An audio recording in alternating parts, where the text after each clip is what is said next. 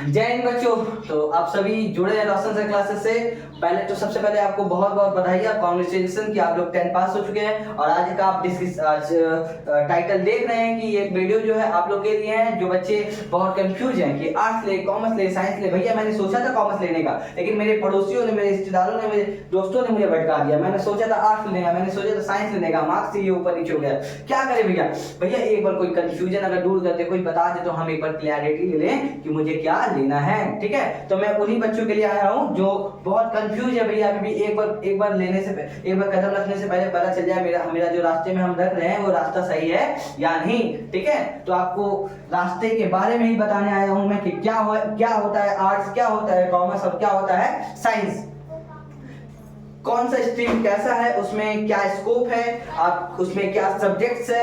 ठीक है, ये सारी चीज मैं बताऊंगा। उसके बाद आप डिसीजन लीजिएगा कि आपको क्या लेना है। मैं सबसे पहले सबसे इंपॉर्टेंट चीज बताता हूं दोस्तों, क्या स्कोप और इंटरेस्ट क्या बनना है और क्या पढ़ने में मजा आता है तुम्हें। ठीक है, क्योंकि अब देख लीजिए, मान लीजिए आपको मानिए मत, जैसे मान लीजिए अगर आपको कोई साइंस सब्जेक्ट है, साइंस आपको 9-10 तक ही बहुत एकदम वीक था, आपका समझ नहीं आ रहा था। और ऐसा नहीं कि फिर पढ़ना नहीं है, पढ़ना तो है दोस्तों, उसको सही करना है। लेकिन अब बाद में 11-12 में ले लिया, उसके बाद कहीं लगे एकदम सर पकड़ के पछताने, वो भी दिक्कत है। ठीक है, तो आपको मैं ये बता रहा हूँ, आपको जिसमें स्कोप रहे और जो आपका जो स्कोप रहे और जिसमें इंटरेस्ट है, ये दो चीज जिस स्ट्रीम से आपका मैच कर रहा है वो आप ले लीजिएगा। ठीक है, तो मैं आपको स्ट्रीम के बारे में बताना चाह रहा हूँ। ठीक है, स्कोप तो आप अपने मन में सोचे ही होंगे मुझे क्या बनना है। भैया जो बनना है उससे रिलेटेड जो स्ट्रीम है जिसमें इंटरेस्ट है आपका, वो आप ले लीजिएगा। ठीक है, तो मैं यहाँ पर आपको बता देता हूँ आर्ट्स और कॉमर्स और साइंस के बारे में। ठीक है, सबसे पहले दोस्तों याद रखिएगा, आर्ट्स कॉमर्स साइंस तीनों में हिंदी इंग्लिश कंफर्म है। हिंदी इंग्लिश ये सब्जेक्ट तीनों में कॉमन सब्जेक्ट है, ये तीनों रहेंगे। ठीक है, ये भी याद रखिएगा। उसके बाद आर्ट्स में आता है हिस्ट्री पॉलिटी, कॉमर्स में आता है अकाउंटेंसी एंड बिजनेस स्टडी, और साइंस में आता है फिजिक्स केमिस्ट्री। ठीक है, अब यहाँ पर आप लोग अपना कुछ बेसिक देख लीजिए। भैया 9th तक में किस में आपको बहुत ज्यादा इंटरेस्ट था? साइंस डिपार्टमेंट आपको बहुत इंटरेस्ट था, बहुत अच्छा मार्क्स आया, आप साइंस ले सकते हैं। ठीक है, कॉमर्स में आपको अकाउंटेंसी सीखने का, बिजनेस करने का, बिजनेस से किसी प्राइवेट सेक्टर में जाने का, कोई कंपनी वगैरह में जॉब करने का यदि आपको इंटरेस्ट है, आपको ऐसी चीजें जानने की इंटरेस्ट है तो आप ये कर सकते हैं। ठीक है, उसके बाद आपको भाई थ्योरी सब्जेक्ट ज्यादा अच्छी लगती है, ज्यादा अच्छे समझ आता है, ज्यादा अच्छे से पढ़ पाते हैं, आप हिस्ट्री पॉलिटी ले लीजिए। ठीक है, आपको ज्यादा अच्छे है तो। ठीक है, उसके बाद ये 4 सब्जेक्ट तो भैया पूरी तरह से तीनों डिपार्टमेंट में कंफर्म होते हैं। उसके बाद जो होता है ना, यहाँ पर geography, economics, ENVS, education, philosophy, sociology, psychology and home science, इन सारे में से कोई 2 सब्जेक्ट आपका और आर्ट्स में रहेगा। ठीक है, कॉमर्स में आ जाते हैं cost tax, law audit, economics, computer application and maths, इनमें से कोई 2 सब्जेक्ट और आपका कॉमर्स में रहेगा। ठीक है, इसमें या तो आप बायोलॉजी ले लेंगे तो मैथ्स ऑप्शनल रहेगा, और मैथ्स ले लेंगे तो बायोलॉजी ऑप्शनल रहेगा। ठीक है, अब समझिए, मैंने तो अभी आपको क्या बता दिया, आर्ट्स कॉमर्स और साइंस के सारे सब्जेक्ट बता दिए। भैया ये सारे सब्जेक्ट होते हैं, ये सारे सब्जेक्ट होते हैं और ये सारे सब्जेक्ट होते हैं। ठीक है, आप पहले देख लीजिए आपको कौन से सब्जेक्ट में बहुत इंटरेस्ट है, कौन सी सब्जेक्ट आपको बहुत समझ आती है, कौन सी सब्जेक्ट आपकी बहुत अच्छी है। ठीक है, उसके अनुसार आप पहले ये ले लीजिए। हाँ, जो सब्जेक्ट आपकी वीक है उसमें भी आप थोड़ा फोकस करिए, क्योंकि आगे चल के जब आप किसी चीज की तैयारी करेंगे तो उसमें तो भैया ऐसा नहीं है कि उस सब्जेक्ट को पढ़ना नहीं है, आपको सब पढ़ना पड़ेगा। ठीक है, तो उसको ठीक करने की भी कोशिश करते रहिएगा, और जो आपका ठीक है, जिसमें आपको इंटरेस्ट है उसमें आपको आगे बढ़ते चलना है। पहला, अब आपको इंटरेस्ट तो हम बता दिए कि किसमें आपको इंटरेस्ट है उसमें जाना है। ठीक है, अब आपको बताते हैं स्कोप तो आपका मुझे नहीं पता, मैं अपने से बता देता हूँ कि आर्ट्स में, कॉमर्स में और साइंस में क्या बैकग्राउंड्स होते हैं। ठीक है, क्या स्कोप होते हैं। हाँ, तो वो मैं बता देता हूँ, उसके बाद आप देखते रहिएगा। देखिए,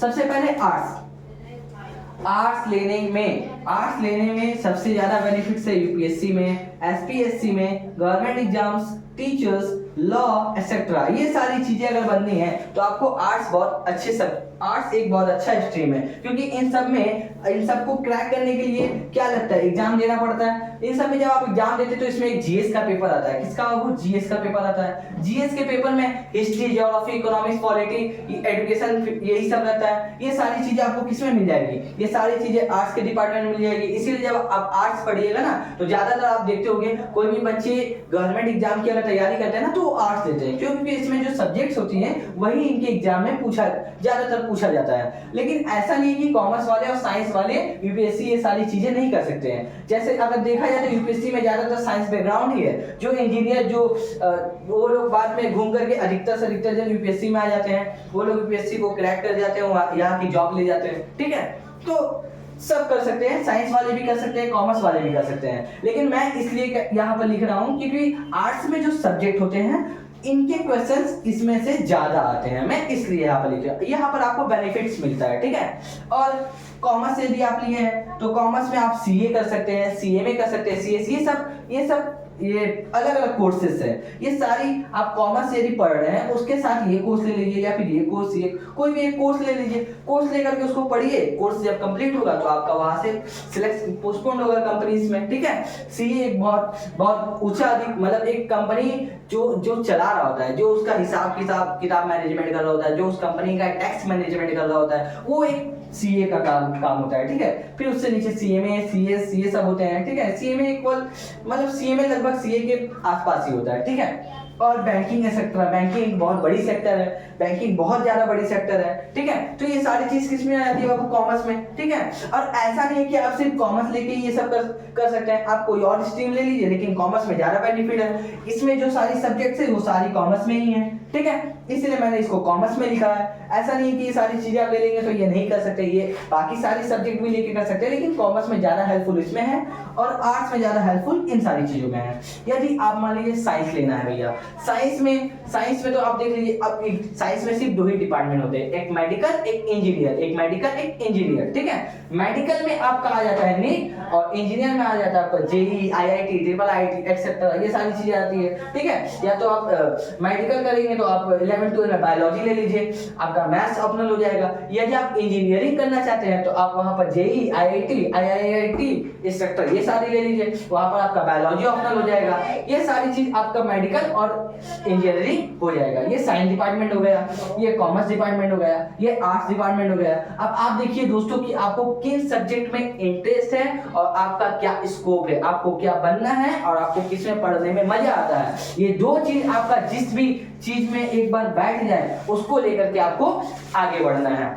फिर आपको जब आप एडमिशन कराने जा रहे हैं 11 में तो आपको वो चीज सिलेक्ट कर लेनी है। ठीक है बच्चों, यहाँ तक ये बात हो गया। मैंने आपको तीनों स्ट्रीम के बारे में बता दिया, तीनों की सब्जेक्ट के बारे में बता दिया, तीनों में क्या स्कोप है वो सारी चीज बता दी है। और थोड़ा सा आर्ट्स का एक्स्ट्रा चीज बता देते हैं। आर्ट्स में क्या एक्स्ट्रा भैया?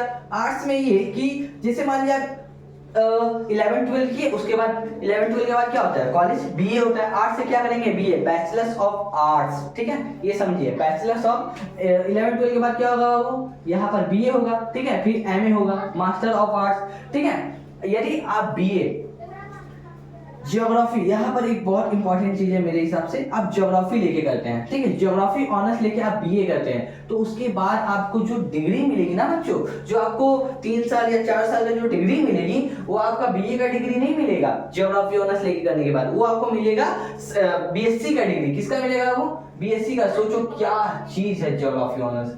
ज्योग्राफी ऑनर्स लेके अगर हम बीए करते हैं तो आपको जो डिग्री मिलेगी कॉलेज की वो किसकी मिलेगी बाबू? बीएससी की मिलेगी। ठीक है, उसके बाद आप एमए भी कर सकते हैं, मास्टर ऑफ आर्ट्स। अब मान लीजिए कॉमर्स ले लिए, 11 12 खत्म किए, फिर बीकॉम कर सकते हैं। ठीक है, उसके बाद एमकॉम कर सकते हैं। ठीक है, इसमें भी बहुत सारी, इसमें भी टीचर्स की सेक्टर है। ठीक है, अब मान लीजिए साइंस है, साइंस के बाद 11 12 करने के बाद बीएससी कर सकते हैं। उसके बाद अलग अलग इसमें कैटेगरीज आ जाती हैं, वो भी आप कर सकते हैं। ठीक है, ये सारी चीज हो गई। अब सबसे पहली बात भैया, हमें क्या लेना है यहाँ तक तो आप समझाए हैं कि भैया मेरा किसमें इंटरेस्ट है और किसमें स्कोप है। 2 चीज जहां सिलेक्ट हो वो ले लेना है। एक और चीज देखना है, 2 और चीज देखना है। एक आपका फाइनेंशियल कंडीशन,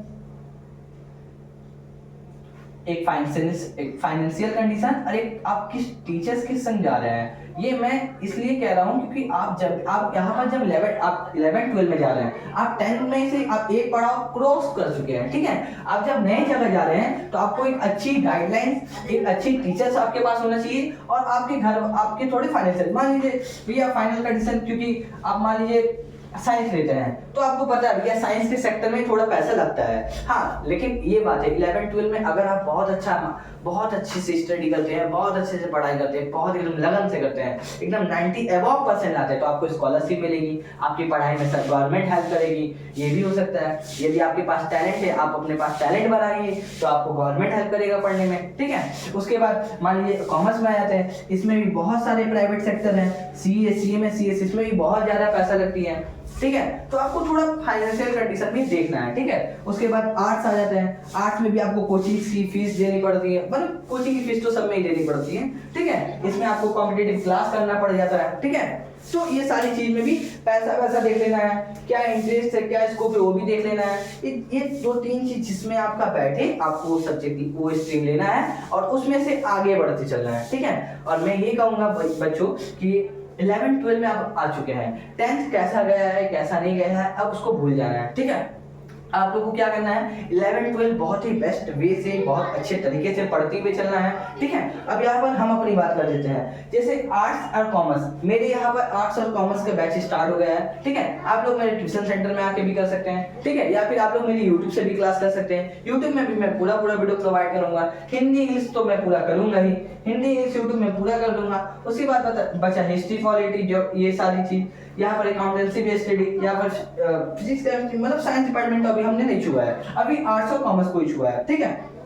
तो ये सारी चीज ये मेरे टीचर्स भी आपको प्रोवाइड करेंगे और ये मैं आपको प्रोवाइड करूंगा, ठीक है। यूट्यूब में भी हम आपको पढ़ाते हुए चलेंगे। आपको क्या करना है, बस लगन के साथ मेरे साथ पढ़ते हुए चलना है, अच्छे से पढ़ते हुए चलना है, ठीक है। मैं आपको यूट्यूब में कोई आगे फीस वगैरह नहीं मांगूंगा, मैं फ्री में ही पढ़ाऊंगा यूट्यूब में, लेकिन आप लोग को मेरे साथ अच्छे से पढ़ते हुए चलना है, ठीक है। लापरवाही नहीं करनी है, याद रखिएगा, लापरवाही नहीं करनी है। बच्चे यदि कमजोर है तो सिर्फ और सिर्फ लापरवाही की वजह से कमजोर कोई नहीं होता है, ठीक है।